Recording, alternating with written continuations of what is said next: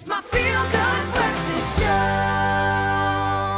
Welcome back to it. It is your feel-good breakfast show. It's Expresso live right here on SABC3 on this beautiful Tuesday. Now, social media is a big part of our lives, and it has, of course, connected the whole world. It's brought us cute cat videos, but it's also broken down human interactions and really created an unhealthy space for cyberbullying, which all has a negative effect on our mental health. Now, recent studies have suggested that social media can be as addictive as drugs and alcohol, and it's one of the biggest causes of depression and anxiety. And here to shed some light for us this morning on the effects of social media on your mental health, please welcome multimedia health specialist Dr. Darren Green, educational psychologist Lamise Gasant, and founder of mysociallife.com, Dean Makuburi. Lady and gents. Good morning. Welcome. Good morning. Good morning. So good to have you here. Absolutely, man. I mean, we are avid social media users. We are always on there. And sometimes we comment on things that perhaps to some people we shouldn't, or to an extent we shouldn't. And I know that a number of studies have found an association between social media use with depression, sleep problems, eating issues, and increased suicide risk. How does this come about? I think one of the big things to consider is the human brain loves reward. And when you become addicted to anything, no one willfully becomes addicted to anything. You start off just by trying it out for the first time. Yes. And then what happens is, obviously, you get a certain influx of endorphins and neurotransmitters, like dopamine, for example, where you're rewarded for something you put out there. Yeah. So having a like and a friend has positive emotional connotation. Yeah. And that then evokes, obviously, a lot more of a positive response, and if you're not careful and put down boundaries, that's when you end up in a bit of trouble. Someone's probably sitting at home and going, oh, but it's just social media, it's just Facebook, it's just Instagram. We post pictures that are nice, we like and comment on them, but how exactly does social media affect your anxiety levels and your self-esteem? Yeah, let's talk a little bit about that. I like the chemical aspect that you just brought in, but then there's also adrenaline. And there's also the fear center in the brain. So if you're going on certain sites, and Dean probably knows more about that, where there's horrible images. And the fear center is activated. So now you're filled with this adrenaline, you can't switch it off. And so when you're going to sleep at night, you now have fear, uncertainty, and doubt. And that manifests in sleeplessness and also anxiety. And so you feed that. And so you're adrenaline fueled all the time. It will affect your learning, it will affect your interactions with people.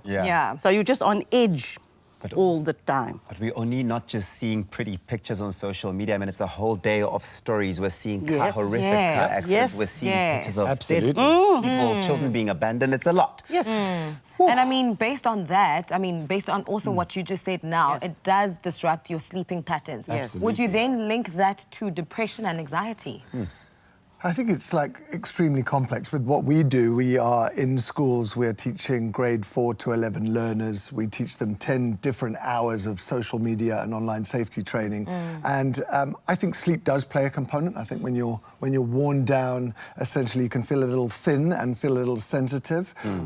But I think also we need to understand about the age appropriation of content. You know, so they are seeing things in the news feed which does kind of cause problems with respect to fear and so on. But actually self-esteem, self-worth is a huge problem. I think that's kind of one of the greatest proponents of what we see, is that people are comparing their lives, they're wanting other things that people have, which means you always feel like you're falling short. And if you always feel like you're falling short, you're trying to kind of climb out of that hole, or you're hoping to be more than you were and you realize that you're not. And it just feels like, how am I? It feels a little hopeless sometimes. It's one of the things that they report the most in our program. They say it's called a toxic mirror, that as you look at the phone, it reflects back to you what you're not. And that doesn't help with anxiety and self-esteem. It's not always realistic. It's intense. It's really intense, because when we're posting tweets, when we're posting our pictures, for us it is what it is. But most people live on those likes and live on those comments. You know? It destroys mindfulness. So you're not in your own life, in your own world there. You're distracted by living through someone else. Exactly. Well, it is Health Tuesdays here here on your Feel Good Breakfast Show. We're chatting social media and the effects on social media on your health. And when we come back, part 2 of our conversation with Dean Makobri, Lamise Gasant, and of course Dr. Darren Green, we're looking at relationships and how social media affects relationships, but also social media and children. It's a very important one. So connect with us on our social media. It's Expresso Morning Show SABC3. We want to hear from you. Comments, questions, the works. It's my Feel Good Breakfast Show. Welcome back to your Feel Good Breakfast Show. This is a Tuesday, not just any Tuesday, it's a Health Tuesday where we're talking about everything social media related, and we are joined by our experts in studio today. We've got Dean Makobri as well as Lamise Gasant, and of course our multimedia health specialist, Dr. Darren Green, in the house. So of course this conversation is ongoing, lots of interest being piqued on social media, believe it or not. But what are the effects of social media on children? Specifically, and does it affect boys more than it does girls, or is it the other way around? Yeah, there are different aspects. I think we can touch on both of them. But I think the first one is to understand that the frontal lobe, the development of the brain, is not fully developed in a young child. And that means the ability to discern between right and wrong, the ability to obviously know when to have inhibition to say, that's not good for me, I must put it off or deviate or change, is not developed yet. Thus, the need for parents to constantly repeat instructions, repeat guidelines, repeat values that you want to instill in your children over a period of time. Dean was saying something about the difference in genders.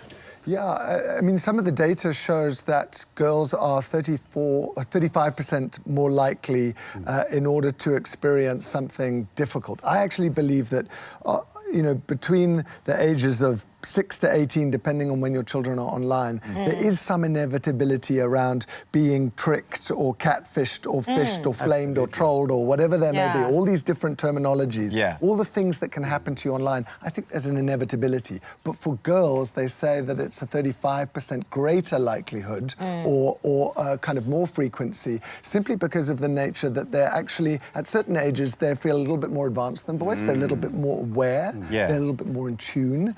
And also they are kind of analysing, you'll speak to this more, but they're analysing themselves a little bit more. And it plays to this thing of a toxic mirror that you're checking yourself saying, gosh, am I, why do I not look like this? Why am I not, dressed like this and so on? But I mean, I just want to expand on that a little bit with regards to what parents, the roles that parents can play, when it comes to red flags they need to look out for when it comes to social media for, from their teenagers, like are there physical pains or effects?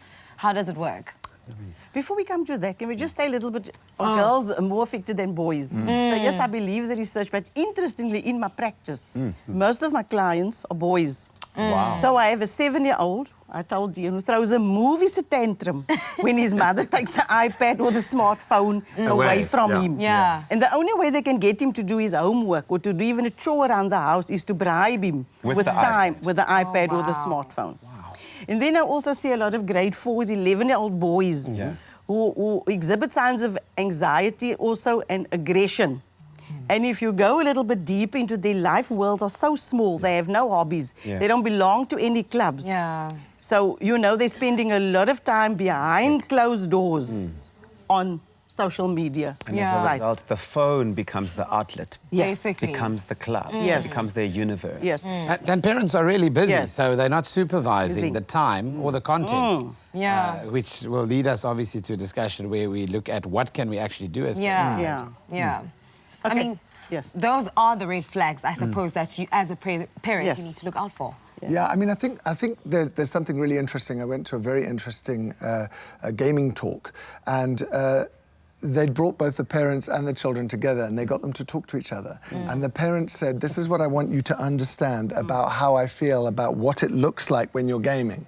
And then the kids looked to their parents and they said, well, this is what you need to understand for me about what it's like when you don't understand anything about gaming, because for me, like gaming is just as much of a social network, and they were saying, this is my community. Where else do I find like-minded individuals? Yeah. I'm not saying that it's acceptable. Yeah. I'm saying they are saying, I belong here and I feel comfortable here, Yeah. even when sometimes they don't because they're being abused online. Yeah. There's quite a lot of abuse Yeah. and bad language in gaming and lots Yeah. of bullying and so on. And violence. And violence. and so in that, but it was very interesting to hear them talk, to say, if you can understand that this is our community and we want to be in it, and when you take us away from it, I throw a big tantrum, or if you take me away from the chemical that I'm getting. Yeah. And so it is about parents offering great alternatives, good rewards for not just iPads, Absolutely. Yeah. for nature, creativity, Yeah. play, time together. They say the lap is better than an app for the young. Love that. Really? I like that. I love that. Absolutely. I love yeah. that. So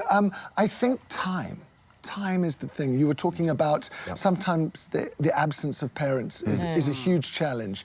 And this problem is only going to be solved with the kids being trained, with the teachers being trained, and with the parents being trained. Here's the key takeout for me from this entire conversation, this bit of conversation we've just had here, is that it's not a young people's problem. Yeah. It's everybody's problem. Social media, the effects of it, the negative effects of it, they affect everyone, Yes. adults as well as children, and both adults and children can be guilty of sort of missing the mark there. Let us know what you think on social media. Expresso Morning Show, SABC3 with the hashtag Expresso Show. Kat, you're ready with some fitness over there? It's my feel-good breakfast show. Yeah, welcome back to it. It is your feel-good breakfast show. It's Expresso live on SABC3 Health Tuesdays, and we're discussing the effects of social media on our mental health. It works across the board, children and adults, and how this works into the family structure and our family dynamic. We've asked you to connect with us on social media, and you have. Rosemary sent us a comment. Rosemary says you can see the people who are addicted to social media in all places, like restaurants. Can't even have a meal without being on their phones. How true is this? This is so true, isn't it? Absolutely. We've all seen it. Rosemary, that's absolutely correct. So do connect with us on social media. That hashtag is Expresso Show. Let us know those red flags when you know that someone's got a bit of a problem with social media or simply cannot get their eyes or their hands off their phone. But of course, our conversation continues with our experts. It's Dean Lamiza as well as Dr. Darren Green over here. So there's a lot to delve into where this conversation is concerned. Exactly. And there are so many social media platforms. There's YouTube, there's Instagram, there's Twitter, there's TikTok. Yeah. All of these things. I mean, is there one platform in particular that is worse than the other? So each platform represents kind of a different problem or a different difficulty. So TikTok now is the largest growing app in the world. It's the third most downloaded app in the App Store. It has 500 million users. And so for teens, they spend a huge amount of time on that. And just to explain what that is, it's almost like short skits, videos, dances, kind of singing, so on. And it's just, you kind of get lost in it. There's not a huge amount of harm in it, apart from when strangers want to contact you because people have very open accounts. And then, of course, you've got YouTube, which can take you down a bit of a rabbit hole by clicking on certain things, and then you get into other related videos down the side, and suddenly you find yourself kind of finding yourself in a warren of either pornography or horror movies or something like that. In terms of Instagram, there's a lot of issues around self-esteem, particularly because it's always shining back this other aesthetic, this snapshot of somebody else's life. So actually, it's about each of the different apps represent something that is a little bit difficult. Different components of psychology and risk.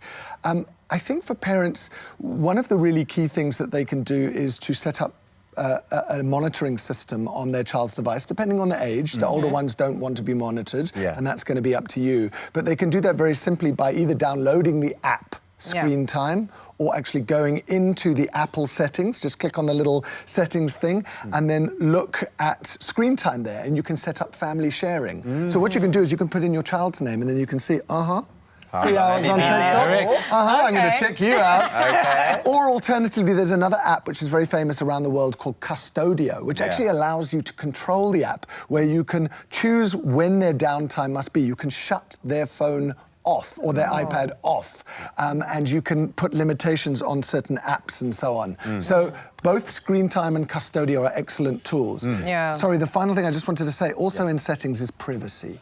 So if you go into your phone and you look at settings and just find the word privacy, when you click it, it will show that you can shut down location settings. Okay. So your children can't be found wherever they they are. may be. It Yeah. can shut down their photographs so they can't be shared. Shut down their microphones so that their voice notes and things and those types of things can't be scraped. Yeah. These are all sitting very easily inside settings. Just Yeah. go through it and work your way through. That means So you... Can I just be a Yeah. bit naughty? So a parent like me or a grandparent like me, we're not tech savvy. Yeah. It's best just to cut the umbilical cord. You know, teenagers, the charger, that's Yeah. the new umbilical cord. Yeah. So you're going to cut the charger? No, I'm just going to disconnect it because I'm not going to be able to go into and do all those apps. But I'm just going to take that charger Yeah. because Yeah. then I'm actually figuratively Yes. Simple solution. cutting the umbilical cord. Yeah. Lord. Power, no play. No power. They all love that. No power. No play. I like it a lot. Denise, you get to interact a lot with families, so you get to meet Yes. a lot of parents who come in who may have problems with their children's Yes. screen time. Yes. You don't want this to be a punishment. You don't want the conversation Yeah. between parent and child around social media used to be like a punishment because, you know, children will rebel against Yes. that. What is your advice? What's the first step a parent needs to take? How do you introduce the conversation of screen time and how we must interact together as a family? It's actually quite a complex situation because, as Dr. Darren said, children learn what they see. So if they see parents on their digital devices all the time, whether Yeah. it's your laptop, your smartphone, because that's what parents are doing. Yeah. And so they wanted the psychologist to fix the child. But actually, it's not The root. the root. Yeah. And so when you mirror their behavior back to them and say, you actually need to set the example. Yeah. So if you want, if you want smart children, then you have to be a star parent. And the S will then stand for set the limits and set the example. So they need to see that you're not on your device all the time. And one of the things is mealtime should be sacred. There should be no digital devices. Yes. And as that one viewer found in, say, people are eating, but they're not looking at each other. They're just looking down. It's like they're sucked into that fantasy world. Yeah. I mean, there's no other way to describe it. Yeah. So parents need to start with themselves. Final words, Dr. Darren Green, before we close this one so parents can go implement right now. They're itching to go do it now. Yeah, lead by example. Okay. Children do what you do, not what you tell them to do. Yeah. And set those boundaries Yeah. in your own life, and that will Yeah. spill over into Yeah. your family. But Absolutely, it's final for yeah. now. We've got one more session with our experts, right? Absolutely, man. I mean, yeah, I'm actually very enlightened, Yeah. and I hope that you parents at home and also the teenagers watching, that you're as enlightened as well. We're talking all things health and social media. So hit us up on social media at Yeah. Expresso Show on Twitter. We're going to be looking at the positive effects of social media when we come back. Oh, yes. It's my feel-good breakfast show. Welcome back to your Feel Good Breakfast Show. This is Expresso. Before the break, we were talking about all things social media and the negative effects that it has on us and also our mental health. But right now, it's time for part 4 of the conversation, and we're looking at the lighter side of social media, the more positive side, right? Well, you know, the more positive side, absolutely. But I think we live in a world, for sure, that we know that acceptance and approval from others seems to be quite important, and it can weigh heavy on people, though, at the same time.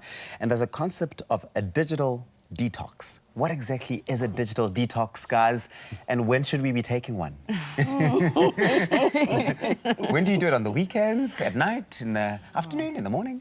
I think one of the big things is we invite this guest into our home Yeah. in the form of the tech product. Yeah. We bring it in, we give it a place at the dinner table. We sleep with the tech right next to us. Yeah. And we even take the tech into the bathroom with us, etc. So in terms of digital detox, the role of that person, that thing becomes so important Yeah. in our lives that it supersedes the meaningful, actually 3D relationships that you have of making contact with people, Yeah. learning, growing as a person. And I think that's where the detox comes in. Yeah. So just, you need to give your body and your brain a chance to rejuvenate and to reprioritize things that are actually sometimes even more important than information as such in getting where you need to be. How you feel? Yeah. Now, Tabisa, that's such a beautiful question to ask. research shows that you need to switch off your digital devices at least 2 hours before you go to sleep. Can you do So that your brain waves can get... 2 hours. Yeah, 2 hours. Or even if you're just watching television, they say, especially for children. Yeah. That they not watch television 2 hours before they go to sleep. So now you're preparing the brain to shut down and cool down, and then it's easier to fall asleep. Yeah. And so how often should we detox from a mental wellness point of view? And mental wellness is not just about the absence of illness, it's about how much joy you actually have in your life. Yes. Then you need to detox on a regular basis. So if you're doing it an hour or two before you go to bed every night, that's a good start. But once a week, as Dean said earlier, a lap is better than an app. So when we go out to nature, so just walking in nature is like taking a bath in the forest. Yeah. And if you want to be, I grew up I'm a hippie. So we hug trees. Yeah. Just to smell the earth, to feel the ground. It really helps to ground you and focus you. And if you're doing that with family and friends, you're even strengthening the social connection before you open the app. Yeah. Absolutely. So I mean, detox weekly. weekly?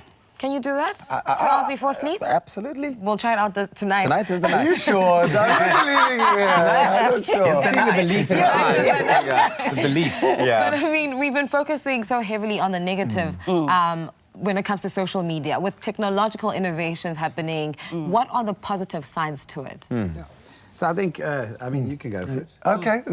I mean, one of the modules that we're teaching in schools is around the potential within the fourth industrial revolution, which is essentially where we are now. You know, our kids that are in schools are really the kind of first crew that are going to be coming out now in the fourth industrial revolution, looking at robotics and coding and artificial intelligence. And I think there is huge potential. And I think that the workplace is going to be incredibly competitive. And I view it like this, that if we understood that with our kids, that in order for them to have their phone, which by the way should be your phone, and if for them to have data, which should be your data, then they need to almost take a little bit of that time online and to be able to use it to look at something that inspires them, that is creative, something that connects with them personally, not just pure social entertainment, mind-numbing kind of stuff. And so we need to say to them, look, of course you can have your phone, but we need to make sure that you're connecting, maybe connecting with a grandparent via Skype, or, you know, just more meaningful things. The three of That's you. what's great about it. That is fantastic. So many good things to come out of it. The three of you have the world to save. So before we let you go, Dean, please tell us quickly about mysociallife.com. We are are the platform that you run. Yes, thank you. We are a digital life skills program which operates in schools. We offer 10 one-hour lessons in schools. We cover things like critical thinking, digital identity, privacy, security, empathy, resilience, all those types of things. And we also train teachers, parents, and we help some mental health professionals, but I don't need to. Because she should be on board with me, that's why. Fantastic. Well, it's My Social Life with one L, mysociallife.com. And of course, thank you so much, Dean Lamise. Thank you very much, Dr. Darren Green. Thank you so much. What an enlightening Tuesday conversation to have. And this conversation continues on our social media platforms. We'd still like to hear from you. Right now, though, it's time for Kat with the news.